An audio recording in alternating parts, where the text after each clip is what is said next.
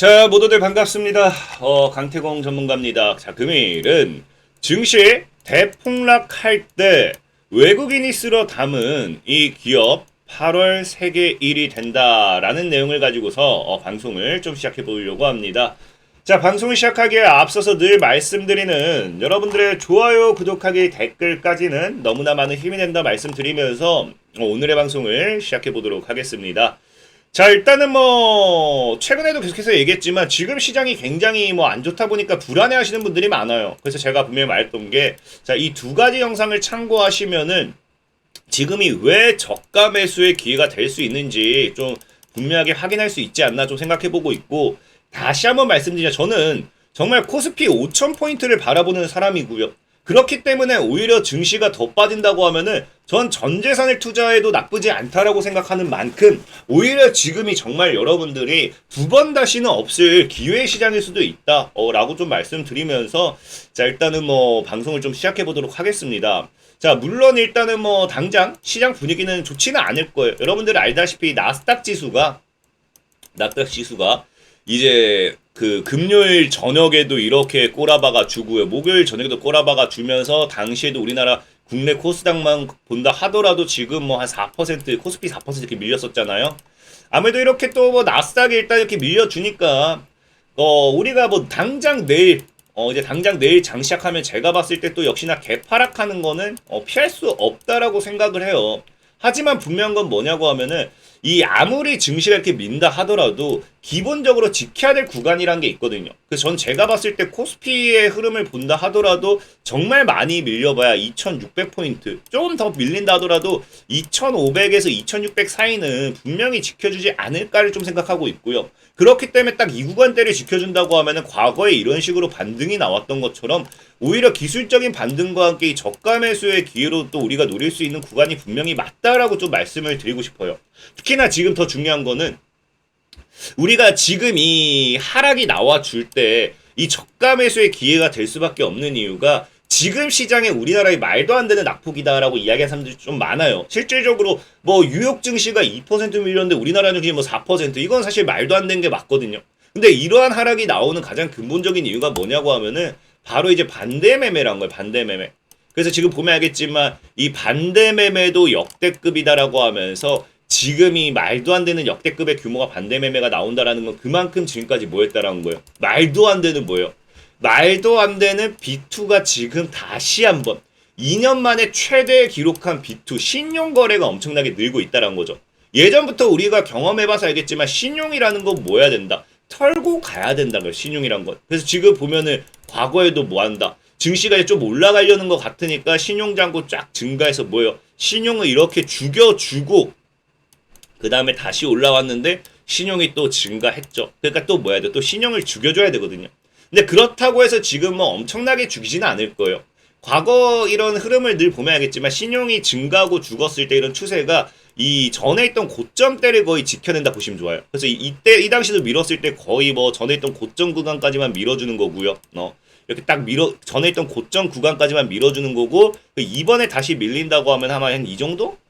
이 정도 밀려준다고 하면은 우리가 이제 그러니까 어제가 아니죠, 그제 금요일에 이제 한번 하락 나왔고요. 월요일에 또 한번 추가 하락이 나옵니다. 그럼 이제 3일째 화요일에 당장 장이 시작하면 뭐예요? 화요일에 반대 매매로 무조건 개파락 출발합니다.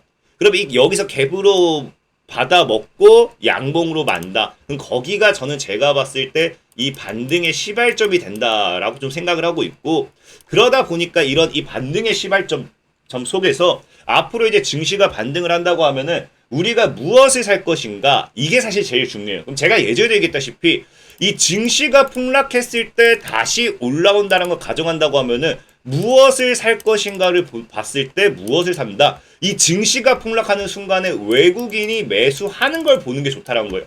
특히나 보면 알겠지만 금요일장 같은 경우는 외국인이 선물을 2조 원이나 매물했어요. 그만큼 굉장히 많은 매물을 던졌는데 그 하락 속에서도 죽는다라는 거는 뭐다? 이 시장이 반등했을 때 외국인이 그 종목만큼은 수익 실현할 거라고 믿기 때문에 저가 매수의 기회로 개인들이 털고 본인들은 샀다라는 겁니다.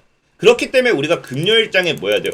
금요일에 이렇게 낙폭이 컸던 이 시점에서 외국인이 무엇을 주워 담는지 봤을 때 바로 무엇을 주워 담는다. 자, 보면 알겠지만 8월 2일자 외국인 기관 매매 상위, 기관은 갖다 버리셔도 됩니다. 뭐 인버스는 뭐 너무 당연하게 무너졌으니까 샀을 거고, 여기서 딱 이 세 가지만 보면 돼요. 보통 1, 2, 3을 보면 됩니다. 근데 세 개를 봤는데 이 삼성 SDI가 사실 가운데 껴있어요.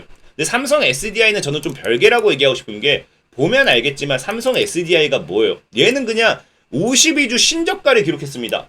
그러니까 신저가니까 오히려 신저가의 이 삼성 SDI라는 기업의 2차전지 배터리 관련해가지고 뭐 모멘텀이 되었든 뭐든 기대해볼 수 있지만, 신저가에 따른 이제 반발 매수세라고 우리가 표현을 하죠. 아니면 저가 매수라고 표현을 하죠. 그래서 신저가를 기록하다 보니까 단기 저가 매수세가 좀 들어온 게 아닌가를 좀 이야기하고 싶은 거고, 사실상 그럼 이 삼성 XDI를 제외하고 본다라고 하면은 이제 우리가 뭐밖에 없어요. 한미반도체와 테크윙입니다. 근데 이 한미반도체와 테크윙이라는 기업은 뭐 하는 기업이다? HBM 소부장 기업이죠, 소부장. 그래서 저는 이 오히려 외국인이 지금 주워 담고 있는 거는 뭘 보고 있다? 앞으로의 HBM 수율 증가에 따른 장밋빛군 부품 반도체 소부장이란 거예요. 그래서 지금 HBM이 앞으로 지속적으로 뭐 한다? 앞으로 더 이 HBM에 있어서 이 시장 자체는 굉장히 더 좋을 거라고 판단하기 때문에 오히려 시장은 무너졌지만 HBM 소부장 관련되어 있는 모멘텀의 섹터들은 뭐하고 있다? 외국인이 주워 담고 있다라는 거예요. 그렇기 때문에 실질적으로 증권가에서도 이야기한 게 뭡니까? 반도체 주가가 급락하자마자 이제 뉴스가 나오는 게 뭐야? 뉴스가 이제 보고서가 나오는 게, 반도체 소부장은 주가 급락은 오히려 여러분들이 비중 확대할 수 있는 기회다. 지금까지 맨날 HBM 상승에 있어서 내가 수익을 보지 못했다. 맨날 나도 살 걸 후회했다라고 하면은 오히려 지금처럼 시장이 무너지면서 HBM 관련되어 있는 반사익 수혜주들이 저가로서 내려와 줄 때 오히려 추가 매수할 수 있는, 그동안 사지 못했던 여러분들이 매수할 수 있는 매수의 기회다라는 거예요. 그래서 그런 관점에서 봤을 때 이 소부장 관련되어 있는 HBM 관련되어 있는 소부장 관련되어 있는 수혜주를 눈여겨보는 게 좋다라고 좀 말씀드리고 싶고, 특히나 이 HBM 관련해가지고는 제가 전에도 말했지만 당장 뭐예요? 삼성전자 같은 경우도 HBM으로 제대로 실적을 못 내고 있었지만 드디어 2분기 반도체 부분 영업이익이 6조 4조 원으로 늘었어. 4조 원으로서 6조 4천억이죠. 4천억으로서 최대 매출, 또 분기 또 최대 매출을 달성하고, 하반기에만 뭐한다? HBM3 이 통과 관련되어 있는 반사익과 함께 이 하반기에만 이 오히려 또 지금 매출의 3.5배를 올리겠다라는 거는 그만큼 HBM에 대한 시장 성장성은 뭐다? 나쁘지 않다라는 거예요. 특히나 시장에서 뭘 얘기하고 있습니까? 이 HBM 관련해서 지속적으로 이야기가 나오는 게 이 반도체 슈퍼사이클 관련되어 있는 이야기가 나온다라는 거예요. 이 슈퍼사이클이라는 거는 전에도 얘기했지만 4년에서 5년 주기로 돌아오게 되고요. 이 4년에서 5년 주기로 돌아오면 보통 통상 1년에서 2년은 유지된다고 했죠. 그럼 이번에 이제 이 슈퍼사이클에 이제 탑승을 한다라고 하면은 못해도 앞으로 1, 2년은 뭐예요? HBM 관련되어 있는 업종 테마는 강한 상승밖에 안 나와준다라는 거예요. 뭐 이렇게 얘기하면은 많은 분들이 또 뭐 이 AI에 있어서 지금까지 얘기하는 뭐 거품론 뭐 이런 거 얘기할 수 있어요. AI 뭐 거품론, 버블론 막 얘기하면서 예전에 뭐 엔비디아도 좀 빠지고 그랬었는데, 뭐 실질적으로 여러분 보면 알겠지만 우리가 지난 금요일 인텔 같은 경우도 50년 만에 최대 폭이라고 하면서 급락을 했어요. 그러니까 이러다 보니까 봐봐, 반도체 이제 끝났다, 완전 고점에서 이제 뒤진다라고 표현할 수 있는데, 여러분들이 정확히 하셔야 되는 게 인텔의 폭락의 가장 근본적인 이유가 뭡니까? 바로 이제 실적 쇼크예요. 실적 쇼크. 실적 쇼크가, 이 인텔이라는 기업이 실적 쇼크가 일어날 수밖에 없었던 가장 근본적인 이유가 뭐 때문이다? AI에서 소외됐기 때문이에요. 소외. 그러니까 앞으로 뭐예요? AI라고 해서 무조건 죽는 게 아니라 여기다 좀 HBM 특수를 못 누렸다라고 이야기하잖아요. 그러니까 오히려 AI에서 실적을 낼 수 있는 기업만이 지금 뭐한다? 오히려 살아남는 시대가 온다라는 거겠죠. 그러니까 그만큼 앞으로의 이런 AI 시대에 있어서 실적이 받쳐주는 기업들, 실적이 받쳐주는 업종 부분 수혜에 대해서 반사익을 노려봐야 된다는 거고, 그런 걸 봤을 때 아까도 얘기했지만 삼성전자 같은 경우 뭐라 했어요? HBM 관련되어 있는 부분으로서 슈퍼사이클, 반도체 슈퍼사이클에 편승을 할 수 있다라는 이야기도 나오는데, 더 중요한 거는 엔비디아 공급 가시화가 되면서 실적 엔진 풀가동하고 있다는 거죠. 그러니까 앞으로의 이 삼성전자가 이 HBM 관련해 가지고 실적이 얼마나 증가할지는 우리가 상상을 할 수도 없다라는 겁니다. 그만큼 뭐예요? 이 슈퍼사이클에 따른 반사익 수혜주들은 지금이 빠질 때 뭐 해야 된다? 사야 된다는 거예요. 특히나 지금 여러분들 알다시피 엔비디아가 또 폭락이 나왔어요. 보면은 폭락이 나온 이유가 새 AI 칩 출시 뭐 최소 3개월 지연된다라고 하면서 우리 블랙웰이죠, 블랙웰. 이런 부분도 이제 뭐 영향을 미쳤어요. 그러니까 하락이 나온 건데 많은 분들이 이걸 지금 엔비디아 끝났다라고 이야기하시는 분들 굉장히 많아요. 근데 생각해봐요. 상식적으로 제가 늘 얘기했지만 아니 주가가 이따구로 쳐 올렸으면은 뭐 해야 된다? 쉬어가는 구간도 있어야 된다는 거예요. 여러분들 우리나라뿐만 아니라 전 세계 그 어떤 주식도 이렇게 이거 계속 이거는 없습니다. 뭐가 와요? 그냥 이런 흐름이 곡선이지 다이렉트 직선은 없다라는 걸 여러분들이 인지를 하셔야 되고 그렇기 때문에 엔비디아라는 거는 이 기업이 엄청난 악재를 가지고서 무너진 것도 아니고 그냥 출시 지연 여파에다가 뭐까지 겹쳤다. 아까 얘기했다시피 뭐 그냥 이 경기 침체 리스크에 따른 증시 낙폭이 나와주면서 그런 손절매가 나와준 거죠. 손절매가 된 걸 수도 있고 아니면 누군가는 차익을 한 걸 수도 있고 그렇기 때문에 오히려 지금의 하락이 저는 여러분들 저가에 매수할 수 있는 기회라 생각하고 있고 특히나 엔비디아 같은 경우는 전에도 보시면 알겠지만 이게 무슨 7% 급락하면 얘는 뭐 또 13% 급등하고 주가에 워낙 이러는 애기니까 이거 빠졌다고 해서 무서워할 게 아니라 매수의 기회로 삼으시라 좀 말씀을 드리고 싶고 자 그렇기 때문에 우리가 봐야 되는 거는 이 엔비디아와 이런 뭐 그 삼성전자발을 통해서 HBM 뭐 이런 쪽으로 해가지고 반도체 슈퍼사이클이 다가온다라고 하면은 아까도 얘기했다시피 뭘 봐야 된다.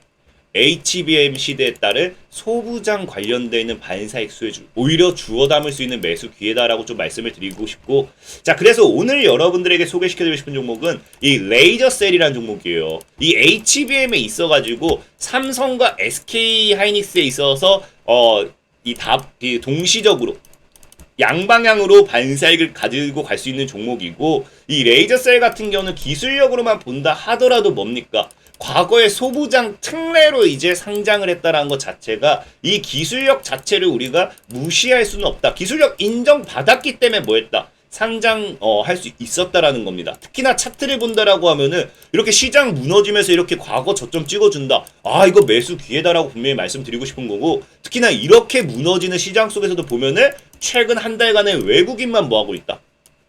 외국인만 사고 있다라는 거죠. 최근에 이렇게 무너지는 내내 외국인 매수하고 있고 그렇기 때문에 이 레이저셀이라는 종목 충분히 지금 저는 저가 매수의 기회다라고 좀 생각해보고 있고 늘 말하지만 이 저가 매수의 기회에서도 중요한 건 가격 전략이라고 좀 말씀드렸죠. 그래서 이런 가격 전략이 궁금하다 하시는 분들은 자 영상의 하단에 제가 이렇게 링크 시황 가격 전략 확인하기라고 링크를 남겨놔요. 그래서 클릭하시면 알겠지만 뭐 한다. 자 이런 식으로 과거에도 JMB라는 종목 같은 경우 이렇게 제가 9,000원까지 분할 매수하세요. 목표가 2만원입니다 해놓고 진짜 딱 가버리잖아요 2만원. 그러니까 이렇게 가격 전략 100% 무료로 안내해드리니까 필요하신 분은 영상 하단 링크 클릭하시면 되고요. 또 혹시나 내가 뭐 단타도 필요하다 하신 분들 이 주식 강태공이라고 어플이 있습니다. 그래서 이 어플을 다운을 받으시면은 자 보면은 제가 이 과거에도 7월 30일에 바로 옵티코 소개시켜드리고 당일에 바로 상가 가버리죠. 그래서 이런 종목들 제가 꾸준하게 업로드해드리고 있으니까 필요하신 분들은 영상 하단 링크 클릭하시면 되겠다 말씀드리면서 오늘 방송 마무리하도록 하겠습니다. 자 지금까지 강태공 전문가였고요. 여러분들 좋아요 구독하기 댓글까지 너무나 많은 힘이 된다 말씀드리면서 자 모두들 안녕.